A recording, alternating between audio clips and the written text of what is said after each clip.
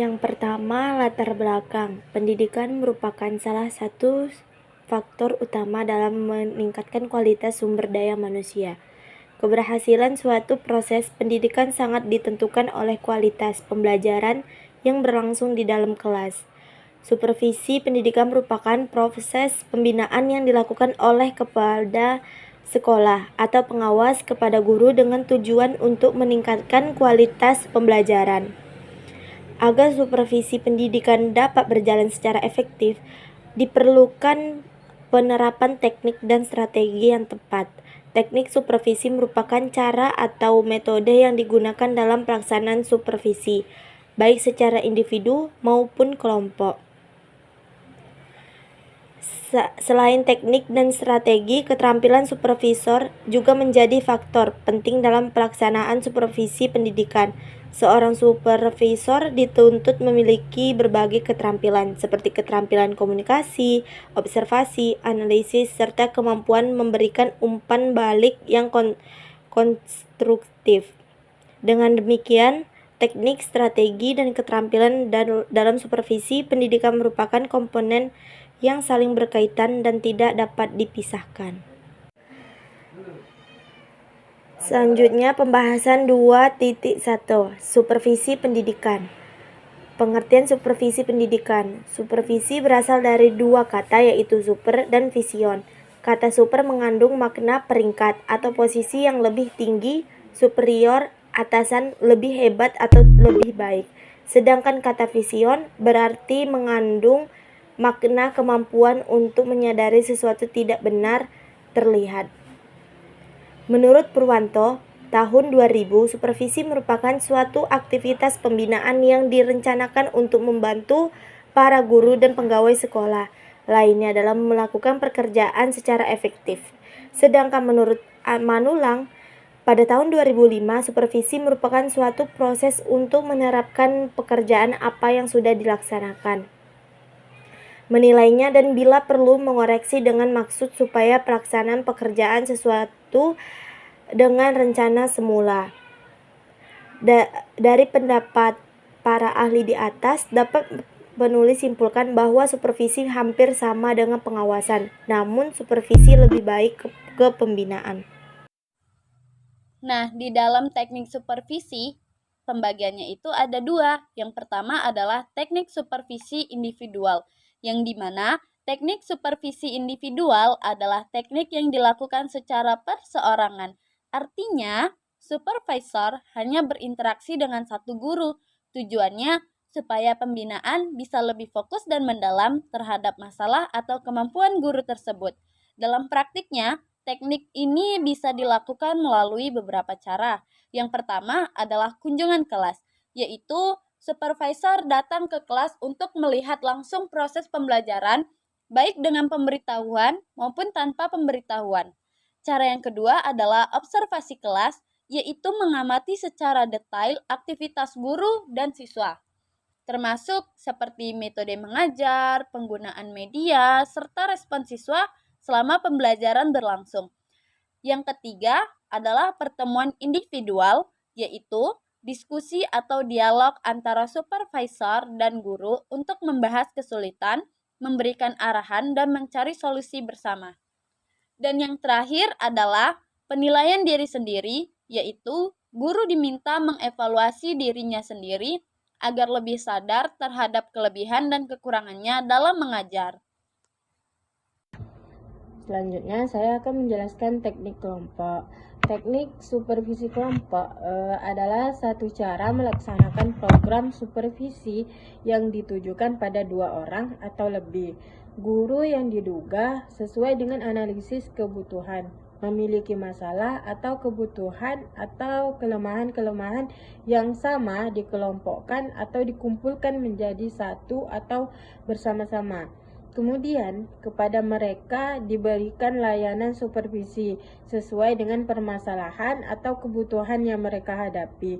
Menurut Nguyen pada tahun 1961 ada 13 teknik supervisi kelompok, yaitu kepanitiaan, kerja kelompok, laboratorium, dan kurikulum membaca terpimpin, demonstrasi, pembelajaran, dharma wisata, kuliah atau studi, diskusi panel, perpustakaan, organisasi profesional, buletin, supervisi, pertemuan dosen atau instruktur, lokakarya atau konferensi kelompok.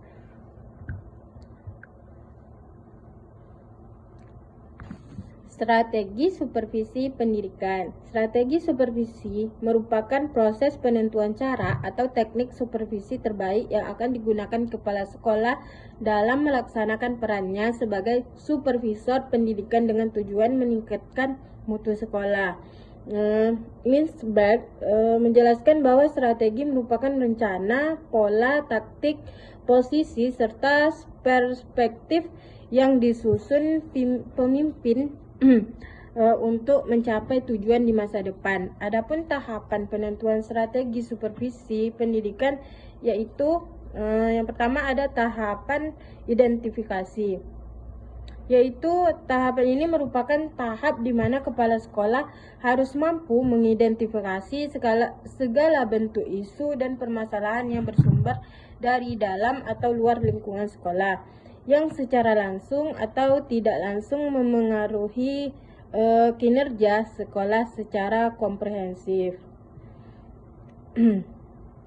Baik, tahapan yang kedua yaitu tahap perumusan strategi supervisi. Tahap ini sebagai proses penentuan beberapa teknik supervisi yang akan digunakan oleh kepala sekolah.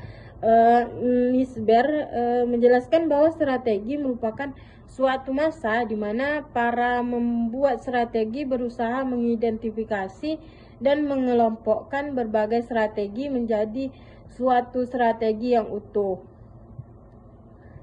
Ada dua proses yang paling penting yang wajib diperhatikan dalam tahapan ini. Yang pertama ada mengumpulkan strategi supervisi. Yang kedua itu ada menilai strategi supervisi. Selanjutnya yang ketiga ada tahapan pemilihan strategi supervisi. Tahapan ini merupakan proses penentuan teknik supervisi yang akan diaplikasikan kepada objek yang akan disupervisi. Yang keempat itu ada tahap penggunaan strategi supervisi. Tahapan ini dalam pelaksanaan supervisi adalah persiapan pengaplikasian dan pertemuan balikan atau tindak lanjut. Tahap penggunaan strategi supervisi dapat diartikan sebagai tahap mengaplikasikan strategi supervisi terpilih oleh kepala sekolah dengan tujuan melakukan pengukuran dan penilaian secara komprehensif terhadap seluruh aspek kinerja organisasi yang dipimpinnya. Keterampilan supervisor. Seorang supervisor dalam bidang pendidikan dituntut memiliki 3 keterampilan utama, yaitu keterampilan teknis, konseptual, dan manusiawi, agar proses supervisi dapat berjalan secara efektif. Keterampilan teknis merupakan kemampuan supervisor dalam menerapkan berbagai teknik supervisi, baik secara individu maupun kelompok, seperti melakukan observasi kelas, memberikan bimbingan langsung kepada guru, serta memfasilitasi kegiatan diskusi atau pelatihan. Selain itu, supervisor juga harus memahami perangkat pembelajaran dan mampu mengevaluasinya secara tepat. Di sisi lain, keterampilan konseptual berkaitan dengan kemampuan berpikir secara strategis seperti menyusun perencanaan program supervisi, menentukan kebijakan, menganalisis permasalahan pendidikan secara menyeluruh, serta mengambil keputusan yang tepat berdasarkan data dan kebutuhan di lapangan. Sementara itu, keterampilan manusiawi menekankan pada kemampuan membangun hubungan yang baik dengan guru dan pihak lain melalui komunikasi yang persuasif, pemberian motivasi, serta menciptakan kerjasama yang harmonis dan suasana yang nyaman.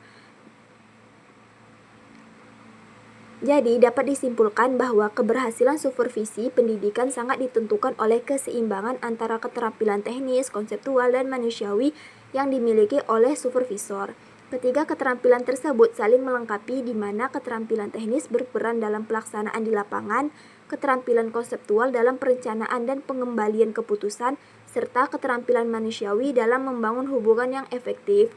Tanpa adanya salah satu keterampilan tersebut, proses supervisi tidak akan berjalan secara optimal dan tujuan peningkatan kualitas pendidikan sulit tercapai. Oleh karena itu, disarankan agar supervisor senantiasa meningkatkan kompetensinya melalui berbagai pelatihan dan pengembangan profesional. Dalam pelaksanaan supervisi, supervisor juga perlu mengedepankan pendekatan humanis dan kolaboratif agar guru merasa didukung, bukan dinilai semata. Selain itu, program supervisi sebaiknya disusun secara terencana dan berkelanjutan, sehingga dapat memberikan dampak nyata terhadap peningkatan kualitas pembelajaran. Evaluasi dan tindak lanjut juga perlu dilakukan secara konsisten agar hasil supervisi benar-benar membawa perubahan yang positif dalam praktik pendidikan. Kesimpulannya, berdasarkan dari presentasi kami dapat disimpulkan bahwa supervisi pendidikan merupakan suatu proses pembinaan yang dilakukan secara terencana untuk membantu guru meningkatkan kualitas pembelajaran. Supervisi tidak hanya berfungsi sebagai pengawasan, tetapi juga sebagai upaya pengembangan profesionalisme guru agar mampu melaksanakan tugasnya secara efektif. Dalam pelaksanaannya, supervisi pendidikan memerlukan teknik, strategi, dan keterampilan yang saling berkaitan. Teknik supervisi terdiri dari teknik individual dan kelompok yang digunakan sesuai dengan kebutuhan guru. Strategi supervisi meliputi tahapan mulai dari identifikasi masalah, perumusan strategi, pemilihan strategi, hingga pelaksanaan dan tindak lanjut. Sementara itu, keterampilan supervisor mencakup keterampilan teknis, konseptual, dan manusiawi yang sangat penting dalam menciptakan hubungan yang baik serta memberikan bimbingan yang efektif kepada guru. Dengan penerapan teknik strategi dan keterampilan yang tepat, supervisi pendidikan dapat memberikan dampak positif terhadap peningkatan mutu pembelajaran dan kualitas pendidikan secara keseluruhan.